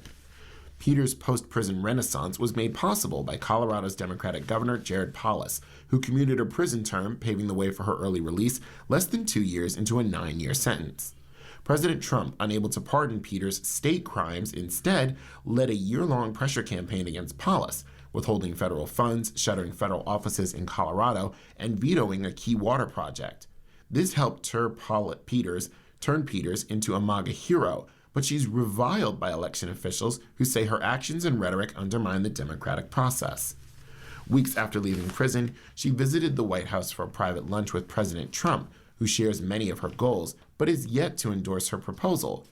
She has a plan, her attorney Peter Tickton told CNN. I don't know whether she'll get the support to make sure her plan is implemented, but the point is, somebody needs to take this bull by the horns and move it. Meanwhile, a like-minded election official in California offered Peters a job to consult on election security. Tickton said she's mulling the offer. These widely predicted moves from Peters created a, quote, I told you so moment for many Colorado election officials and prosecutors who argued freeing her could put the midterms at risk. One of those officials is Colorado Attorney General Phil Weiser, now the Democratic nominee for governor, and whose office helped prosecute Peters. She's a criminal who compromised elections and election equipment who is entirely unremorseful. That's why she got a serious sentence, Weiser said. Instead, she's out there on some type of campaign, getting celebrated in the White House and taking her conspiracy theories literally on the road. In a statement, Polis defended the commutation, but said he was, quote, disappointed but not surprised that Peters was continuing to spread baseless and inaccurate claims and conspiracy theories about elections. A hero's welcome. Even though Peters, age 70, was released early, she's still a felon and subject to parole conditions. An official from Colorado's Department of Corrections said Peters was granted permission to travel to Washington this past week and, quote, has been submitting the required travel permits as appropriate. Peters had lunch Tuesday with Harmeet Dillon, also a 2020 election denier, who now leads the Justice Department's Civil Rights Division. Dillon has been a key figure in the Trump administration's attempts to pressure states into adopting his favorite policies on issues like mail-in voting and voter ID requirements. Tina Peters and I had a lovely lunch and discussion on Capitol Hill. She's an inspiring lady, Dillon posted to social media. The Justice Department didn't respond to CNN's request for comment. Reacting to the lunch, Weiser said, quote, it's perverse for someone from the Justice Department, whose job is law enforcement, to be celebrating someone who's a convicted felon for making our elections less secure. Peters also posted a photo Tuesday with Lutnick, writing, quote, look forward to more results to shore up our elections. She touted an unusual announcement that came one day earlier from the Census Bureau, which is under Lutnick's led Commerce Department. The Bureau claimed it conducted a new review and uncovered 24,000 votes by non-citizens in the 2020 election. Election experts panned these findings. The Commerce Department, again, did not respond to CNN's request for comment. So is there a new gig? Even though she was found guilty of misconduct at the Mesa County election clerk, she might return to government soon. Clint Curtis, a self-proclaimed election integrity activist who's the clerk and registrar of voters in California's Shasta County, recently said he wanted Peters to fill a vacancy in his office. Apparently, she's thinking about it, Curtis said Wednesday. Curtis lost re-election this year and was censured by the Shasta County Board of Supervisors, which said it, quote, disavows and denounces his flagrant violations of professional conduct rules. Curtis, who denies wrongdoing, said Peter's status as a convicted felon wouldn't get in the way of her potential employment. He said she could join his office as a consultant in a supervisory role to advise on election security. She wouldn't have any logins to our voting system, Curtis said. That protects her from any claims she might try to hurt anything. Our next feature story, phony debt collector avoids prison in mail fraud scheme. A federal judge Friday spared prison and ordered curfew, probation, and restitution for a phony debt collector who had pleaded guilty to defrauding more than 500 people of $420,812,000. You really did torture these people over and over, U.S. District Judge John L. Sinatra Jr. told Nicholas Janes, 40, adding that you probably don't deserve this break, but you're getting it anyway. The judge said he struggled with how to sentence the town of Tonawanda resident, trying to balance fairness to the victims he described as battling paycheck to paycheck to make ends meet, but also weighing what would happen to Jane's 10-year-old son, who faced the prospect of foster care if he sent Janes to prison. Janes is the sole custodial parent of his son, with no other family members who can reliably take care of the child, defense lawyer James Quinn Auricio said. His concern was his son, Auricio said of Janes. But Janes never sought to use his son as a shield from being held accountable for his crime, the defense lawyer said. I'm not particularly in love with this outcome, Sinatra said, but added that he tried to put everything in balance and find the right outcome. Sentencing guidelines suggested a prison term of 33 to 41 months for Janes, whose mail fraud conviction carried a maximum penalty of 20 years in prison. In the end, Sinatra generally agreed with Auricio's sentencing recommendation, and he imposed a sentence of 5 years probation, including 6 months of home detention and curfew with electronic monitoring, restitution, and strict conditions barring him from debt collection without prior approval of the probation office. Sinatra also ordered Janes to write a letter of apology that would be sent to each victim. I think it's appropriate here for closure for the victims, Sinatra said. The judge said Janes would have to provide the envelopes and pay for the postage stamps. While Janes admitted in his plea agreement that he bilked hundreds of people out of more than $420,000, the judge ordered restitution of $2,098,700 to 130 victims, because that is a dollar amount and number of victims the government could prove, Auricio said. This was a good outcome, Auricio said after the hearing. It gives him a chance to pay his debt. Assistant U.S. Attorney Franz M. Wright asked for a 41-month prison sentence, but he did not make a case for that punishment during the hearing, relying solely on his previous court filing. Nicholas Janes chose to intimidate and deceive individuals from around the county to enrich himself, Wright wrote in the court filing a year ago. While he lined his pockets, he destroyed many people's lives. Suspicions about what Janes was up to between 2019 and 2023 deepened as hundreds of express mail overnight envelopes kept arriving from around the country to his town of Tonawanda home. Postal authorities saw signs of debt collection fraud. The handwritten labels made out to Nicholas Janes, the Nicholas Law Group, or the Nicholas Law Group, among other variations of the name. By the time authorities arrested Janes, he had already victimized hundreds of people. He admitted he pretended to be a sheriff's deputy or an attorney when he told people they owed hundreds and even thousands of dollars in unpaid debts. He warned them that unless they paid within 24 hours, arrest warrants would be filed with local police and they would face criminal charges. Complaints from throughout the United States have been filed against him on consumer complaint databases. As part of his scheme, Janes contacted individuals from around the country by telephone, advising them that they had a debt due on an alleged unpaid loan, the prosecutor said. He claimed that he was a local sheriff's deputy and would threaten the victims with criminal charges if they did not immediately repay the alleged debt owed, according to U.S. Attorney's Office. Janes also pretended to be an attorney at fictitious law firms, so victims thought They were negotiating with a legitimate entity, prosecutors said. Threadbare clothing causes some social anxiety. It's asking Eric. Dear Eric, how much is too much wear on personal items? If I'm even middle class, I'm clinging to the bottom rung by the tips of my fingers. I know work clothing must be clean and neat, free from stains and holes, but how much wiggle room is there for imperfections? Some examples. I went to a matinee theater performance the other day. My feet were hurting, so I decided to wear sneakers. But always paranoid about doing the wrong thing, I Googled if sneakers were acceptable for that. It said yes, as long as they were clean sneakers. At the end of the day, those new black sneakers had a white scuff mark that couldn't come off, and the white part near the sole was less white. Are those still socially acceptable for the theater, or are they just waste sneakers now that they don't look perfect anymore? My coat is a small tear on the side. I can't afford to replace it. Is that still acceptable? If I can't afford to keep replacing stuff whenever it looks even a little imperfect, is it acceptable to keep wearing it if we're not actually wearing it at work until we can afford to replace it? From Closed Off. Dear Closed, I like to encourage you to be a little easier on yourself. Wear and tear on clothes, especially clothes that you wear socially, isn't a crime, and it isn't a sign of disrespect. For example, the customs around attire at the theater have relaxed quite a bit. Even a Broadway theater wouldn't turn you away for wearing sneakers. It matters that you're there, and when the lights go down, all eyes are going to be on the stage anyway. I talked to a professional stylist, Eric Larson of Pretender Tane and PretenderTane.com, about your question. He often points out one of the more important aspects of fashion is that you feel good.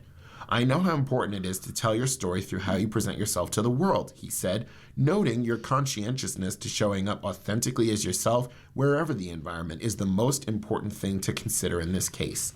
He continued, I would encourage you to continue to show up for yourself and the world around you with the same confidence and thoughtfulness you've displayed here.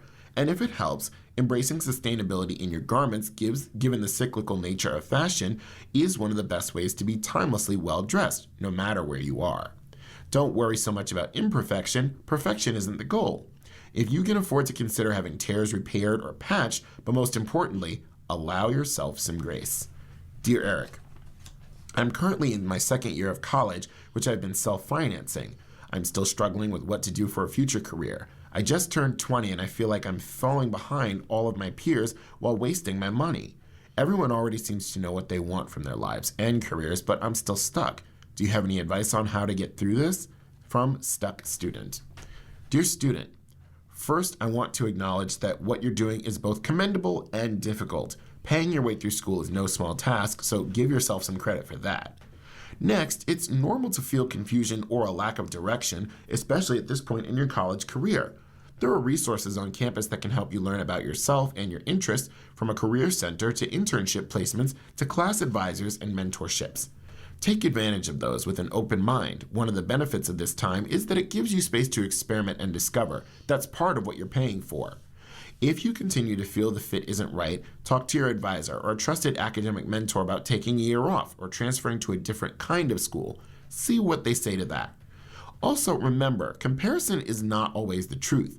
Your peers may have clearer ideas about where they want to go, but they might also change their minds or experience the same doubts you have. Ask yourself if the goals that a particular peer is pursuing are goals you want for yourself. If so, adopt them and adapt them into your life. But if not, then stop using the existence of those goals as a way of torturing yourself. Being stuck doesn't always feel comfortable, but it's not always a cause for alarm. Another way of thinking about it is that you're taking the time you need to observe, learn, plan, and regroup. That's not being stuck. That's standing right where you belong now.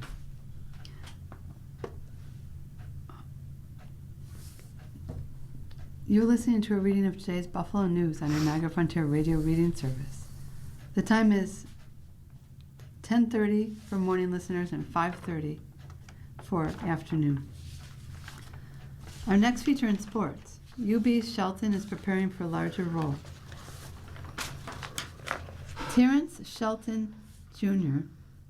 has come a long way from being featured as University at Buffalo's kick returner. A junior from Franklin, Wisconsin, Shelton is building off of a sophomore season that had its ups and downs in preparation for a heavier workload at running back this season.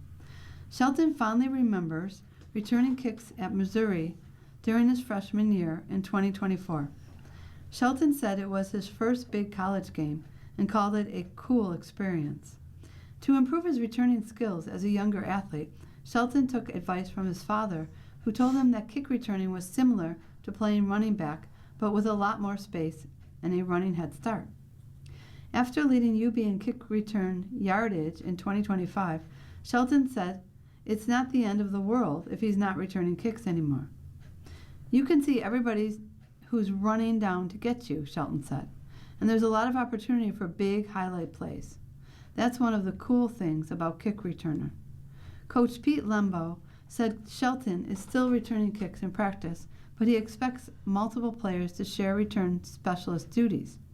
Receivers Phil Fulmar, Josiah Gathings, and Buffalo native Jack Esridge, running backs James McNeil Jr. of Buffalo and Messiah Birch, and safety Miles Greer have been trotted out as return specialists in training camp. "We know he can do it," Lembo said of Shelton. "We're trying to evaluate other guys back there as well. But you're right, if a guy is going to be playing more significant reps on offense and defense, then we've got to pick and choose what his special teams responsibilities are, and we're very thoughtful about that." As expected, Shelton has been practicing with Buffalo's first team offense this summer.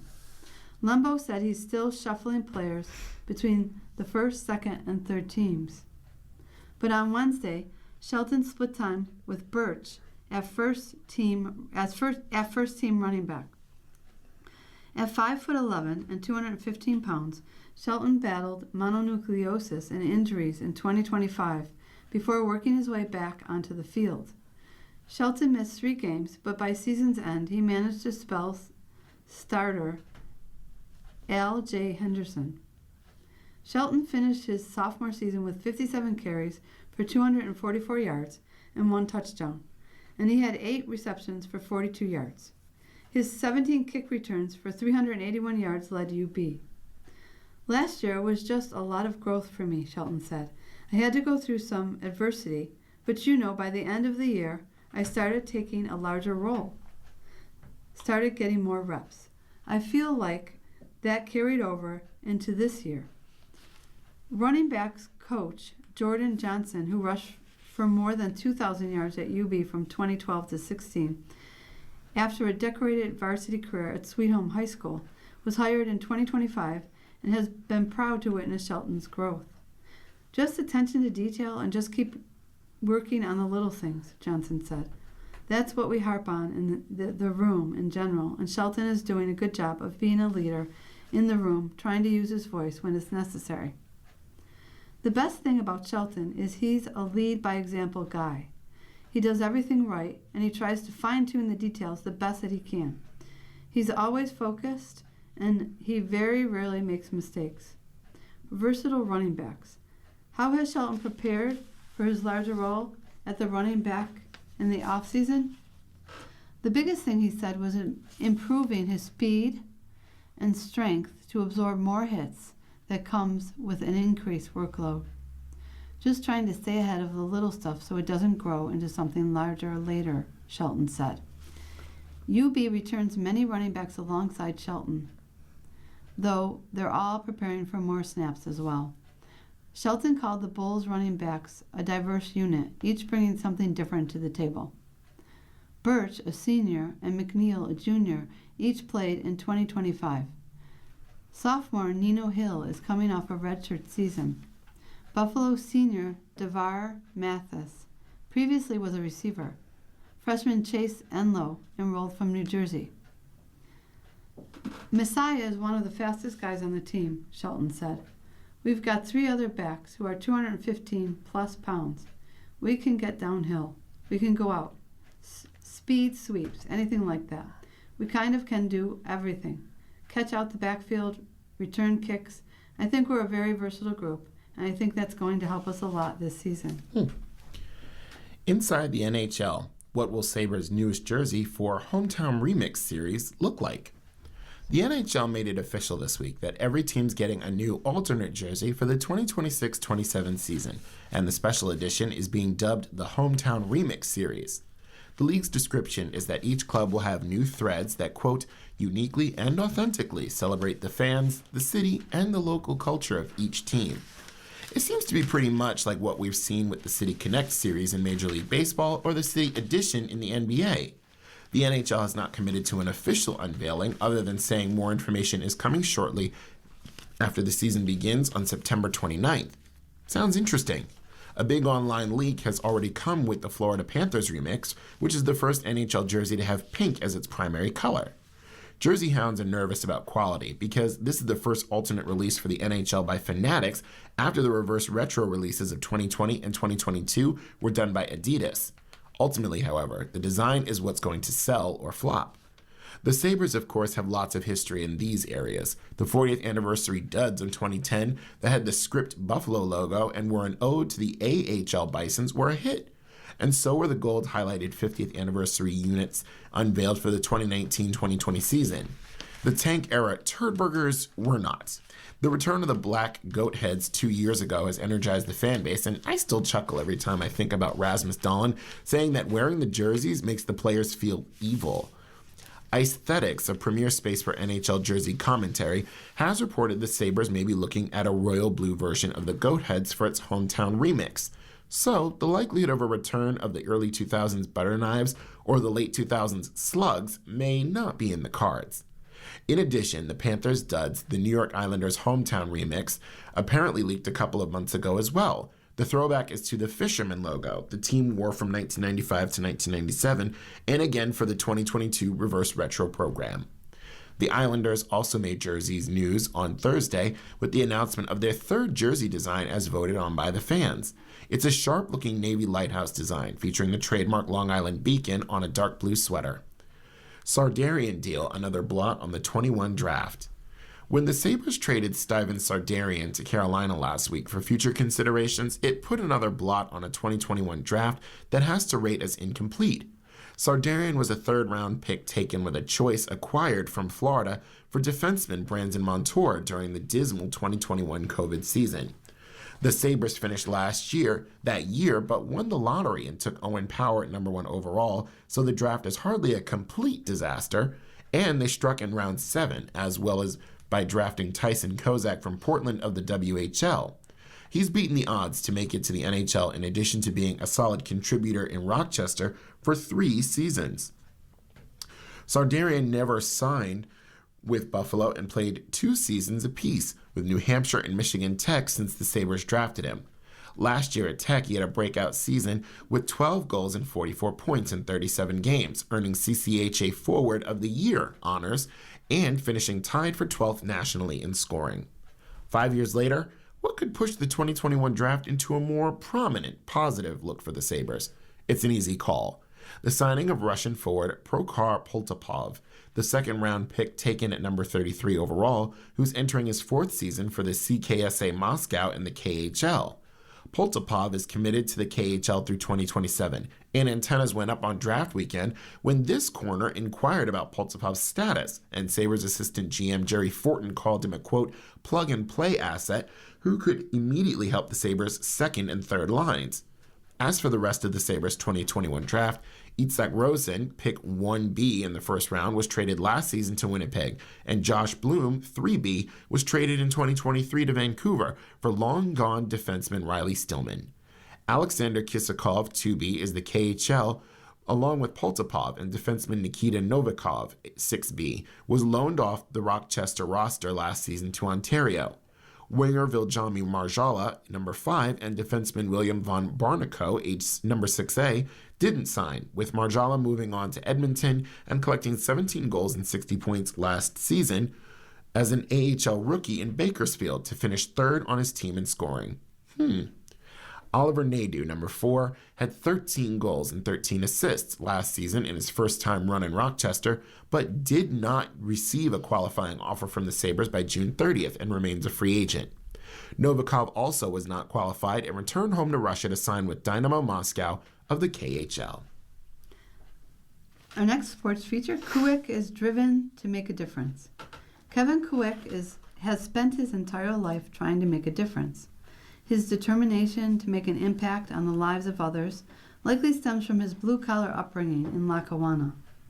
It led him to the ROTC program at Notre Dame, to the Army National Guard, and to deployment in Iraq, even when he could have bypassed it.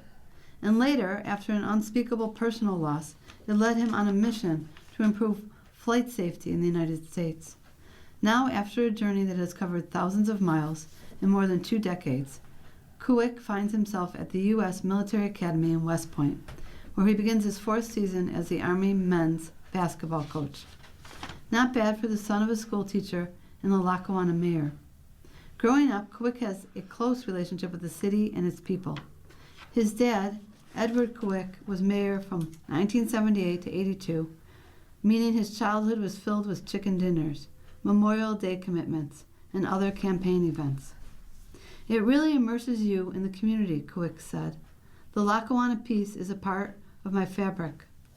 To be honest with you, being the son of a prominent political figure was one part of that Lackawanna piece. Kuick's uncle, Bill Moore, won 2 state championships as the head football coach at Lackawanna High School. Kuick saw firsthand the impact he was able to make in young people's lives, which is where his passion for coaching stems. The influence of his uncle as a coach, his father as a politician, and his mother as a teacher gave him role models that cultivated a desire to help others. Putting that desire into practice would be aided by his time at St. Francis High School. His faith in his family guided him to Notre Dame, his dream school, following in the footsteps of his older cousins, Jimmy and Jeff. Like Jimmy, Kuick earned an ROTC scholarship and majored in mechanical engineering. Notre Dame is a special place, Kuick said. When you get accepted there, everyone's like, wow, what an amazing opportunity, what an amazing place to be part of. Honestly, as you go there, you're like, I don't want to let everyone down. I've got to live up to that. I have to squeeze every ounce out of this Notre Dame experience that I can. Whether it was volunteering with the basketball program, being a part of the ROTC program, I was senior class president. I had an unbelievable experience there. 2 years into his 4-year active duty requirement, Kuick transitioned to the National Guard. He served in Arkansas while simultaneously working as an assistant coach at Christian Brothers in Memphis, Tennessee, from 1998 to 2000. Kuick later joined a reserve unit in Columbus, Ohio, but continued to follow what he felt was his calling as a coach. He became an assistant at Ohio University, his first chance to work for a Division I program. His quest to help people then took an unexpected turn.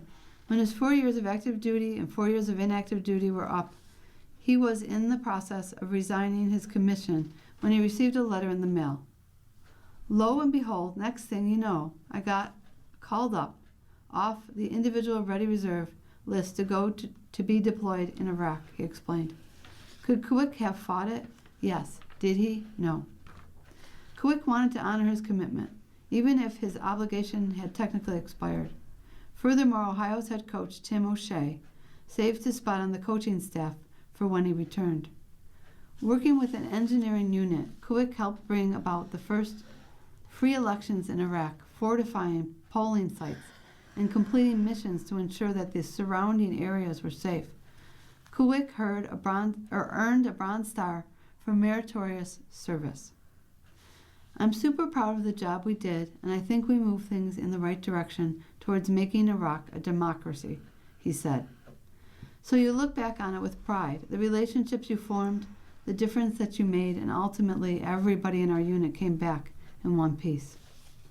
Following an honorable discharge from the Army in 2006, Kuick continued coaching at Ohio. He then spent the 2008-09 season at Butler as Director of Operations.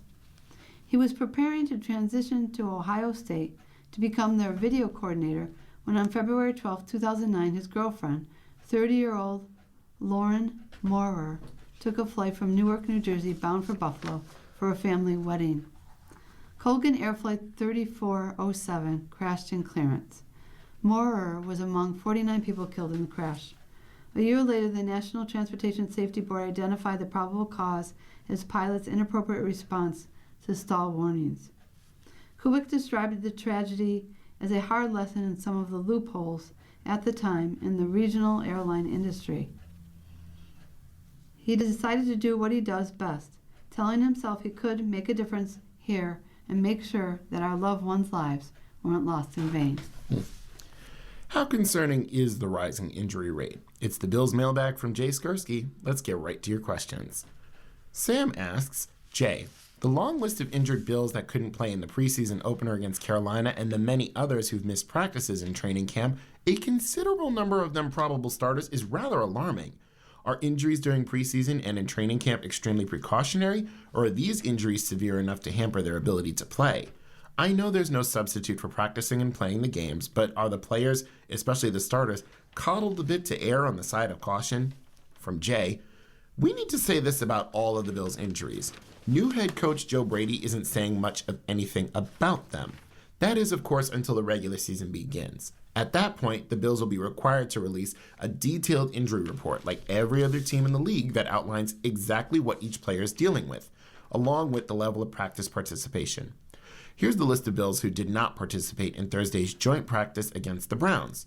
Safeties Jelon Kilgore and C.J. Gardner-Johnson, defensive lineman Ed Oliver, center Connor McGovern, running back Ty Johnson, and wide receivers Khalil Shakir, Keon Coleman, Skylar Bell, and Dante Pettis. All of them, with the exception of Oliver, were spotted on the sideline at some point during the practice. Oliver, Gardner-Johnson, McGovern, and Shakir are projected starters, while Johnson and Coleman should have meaningful roles on offense.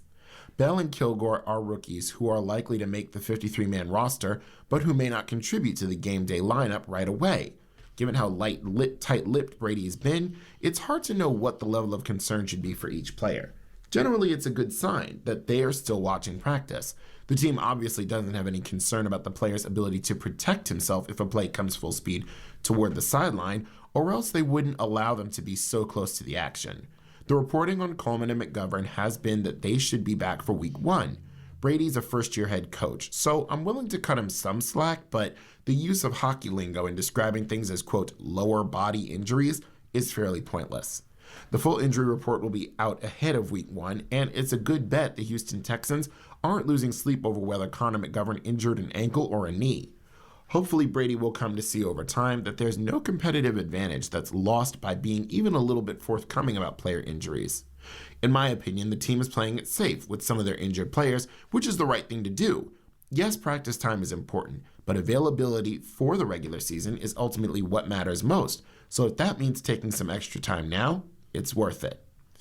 John G. asks, the new Troy Aikman would be involved with the Miami Dolphins as a consultant after Tom Brady was already working with the Las Vegas Raiders through an ownership stake. Makes me wonder if there's anything the Bills' minority owners, including Tracy McGrady, Josie Altidore, or Vince Carter, do as former successful athletes. Obviously, they're not able to assist with football-related work, but how about the mental part of being a winner? Do they ever attend practices or games at the request of management, or is their involvement purely financial?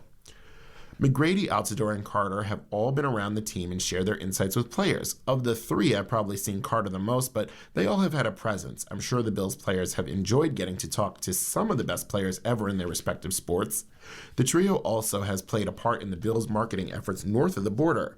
They're a part of the Bills in Toronto night that the Raptors held during the NBA season and have helped the marketing effort to expand the Bills' reach into Southern Ontario. They're definitely hands-on minority owners. Our next sports feature, Meet the Fixer. Bills defensive coordinator Leonhard can diagnose leaks in a defense and quickly make the needed adjustments. Displeased by how many explosive plays the Denver Broncos allowed through the first 5 games last season, defensive coordinator Vance Joseph directed his fixer to move from the sideline to the coach's box. Jim Leonhard is a football savant. The former walk-on safety at the University of Wisconsin earned a scholarship and carved out a 10-year NFL career by learning every nuance of playing defensive back. Reading the quarterback's eyes, understanding the why behind each coverage, analyzing an offensive strategy, then recommending an adjustment to stop it. His transition to coaching was seamless because of his tireless approach as a player. And once Wisconsin's power brokers elected not to promote him to permanent head coach in 2022, leaders around the NFL reached out to gauge his interest in returning to pro football. Denver eventually was Leonhardt's choice because Joseph is viewed as one of the best defensive coordinators, and the Broncos head coach, Sean Payton, is a future Hall of Famer and Super Bowl champion. As their pass game coordinator in 2024 and 2025, Leonhardt did more than develop defensive backs. During games, he helped Joseph diagnose any leaks in their pass defense. Between games, Joseph empowered Leonhardt to tweak the coverages in his playbook. When the Broncos had to fix a potential problem last October, Joseph, who calls plays from the sideline, needed Leonhardt to be his eyes in the sky. How fast he would adjust and help me see things was a big, big help for me on the game day, Joseph told the Buffalo News during a recent phone interview. That's the game in his league. I always tell guys, if you're a DB coach and you're a first-time coordinator, man, you've got half of it figured out, because on game day, to put the fires out, it's usually in the passing game. If the run game is hurting, you add numbers to the box. But the pass game, man, it's not that simple. He's going to be fabulous because he can fix the coverage game instantly between series. In the 6 games following Leonhardt's move to the box, Denver allowed an average of 178.3 yards and 18 points per game. The defense forced 5 turnovers and totaled 28 sacks. The Broncos' 68 sacks in 17 games were 4 shy of the 1984 Bears NFL record. Leonhardt did not know at the time, but the technique and execution shown by his defensive backs during a playoff game in Orchard Park in January 2025 captured the attention of then Bills offensive coordinator Joe Brady. The two met again 1 year later in the AFC divisional round, with Joseph and Leonhardt coaching a defense that forced 5 turnovers to end the Bills' season. Hired as head coach in January 2026, Brady moved quickly to convince Leonhardt to choose to become Buffalo's defensive coordinator over several other interested teams. Leonhardt isn't trying to replicate the Broncos' approach. His new players have different strengths and skill sets, but he has learned on the experience in Denver while working to transform his defense into an aggressive, shape-shifting unit that dictates how each game will be played. And now to the scoreboard. In baseball, it's Friday's results from the American League. Baltimore won against Tampa Bay 5-3. The New York Yankees beat out Toronto 3-1. Kansas City beat out Detroit 5-2. And Houston beat out the Athletics 4-0 in a shutout. And Texas beat the LA Angels 2-1 in 10 innings. For the National League, Milwaukee won against Atlanta 2-1. Philadelphia beat St. Louis 7-6 in 10 innings. Miami beat out Washington 3-2, and Arizona shut out Cincinnati 9-0, with the Dodgers defeating Pittsburgh 5-4 again in 10 innings. For the Interleague, Boston beat San Francisco 6-4. The Chicago White Sox beat the New York Mets 6-4 again.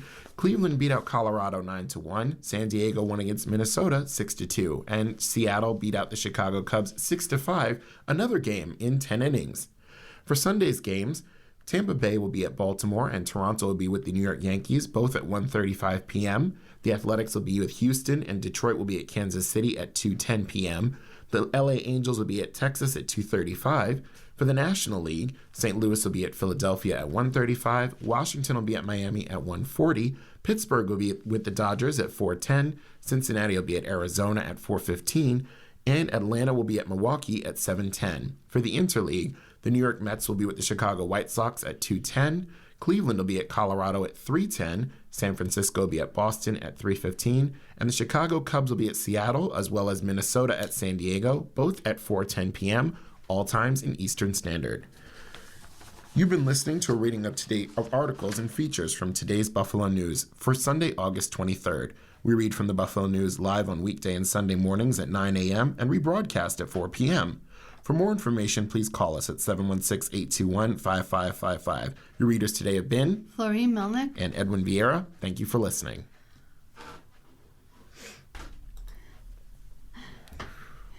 Very good. Wow.